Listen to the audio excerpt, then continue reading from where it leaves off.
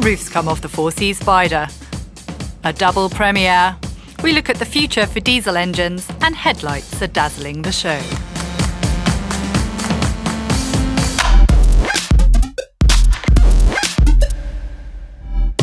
At 250 kilometers an hour, you'll definitely feel the wind in your hair. The new version of the 4C Spider was presented as a European premiere in Geneva, even sexier than the coupe, but with the same recipe for success. Low weight and a savage 4-cylinder turbo engine and 240 HP, it's one hell of a ride. The car is around 900 kilos weight and with a power-to-weight ratio of 4:1. The car is amazingly fast thanks to this very lightweight structure, and it's able to accelerate from 0 to 100 in 4.5 seconds.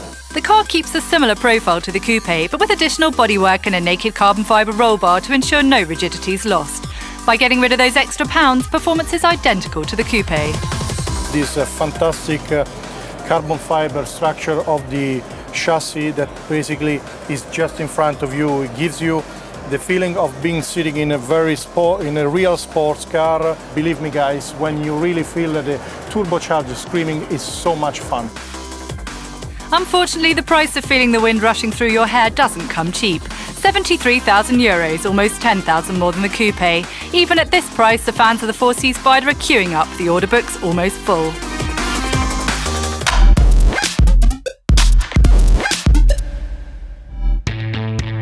Subaru presented two new premieres in Geneva, the Levorg, which is replacing the Legacy. It's smaller on a compact base, but with the same clear, sporty character.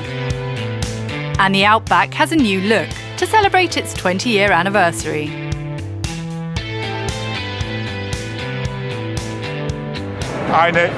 To me, it's a perfect combination of an estate, a good car for travelling, a crossover, perfectly combined with an SUV.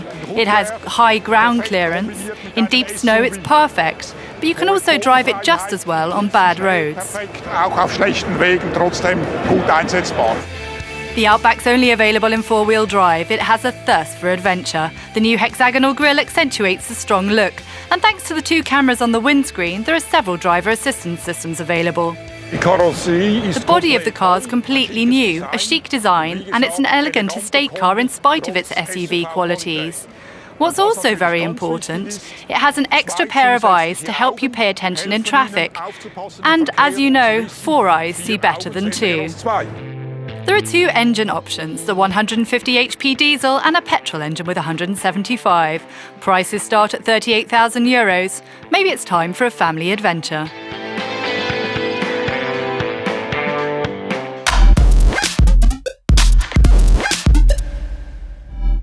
How's the future looking for new diesel engines? Well, they're facing higher taxes in France, for example, or accusations of pollution, and their share of sales is dropping in some European countries. Nonetheless, sales of diesel cars are on the up in the US and in Switzerland. These are the engines that we find on cars that the Swiss love, like crossovers, SUVs, cars where the use of diesel is justified. Why is it justified on these slightly larger cars?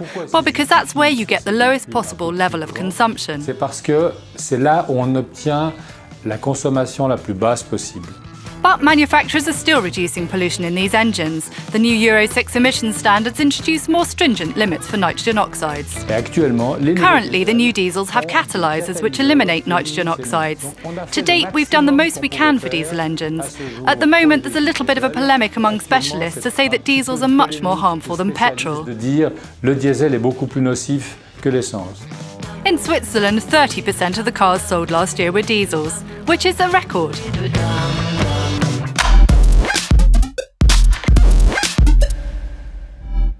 Headlights are putting on quite a show. Since the arrival of full LED technology, designers have been dazzling us with the imaginative ways they've made lights their own. A large C highlights the new headlights at Renault, and at Volvo the lights sport a T-shape, and the Skoda Superb striking day-running LED blades. The LEDs allow a certain amount of freedom. What's more important is what that does for the brand identity and communicating the brand identity, and you know without a doubt what vehicle that is.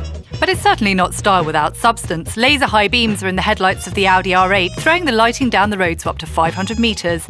And intelligent lights are also becoming more popular. Mazda's fitted its entire range with anti-glare lights. and then it can adjust all of the LEDs in both of the headlights according to the light source that's being emitted.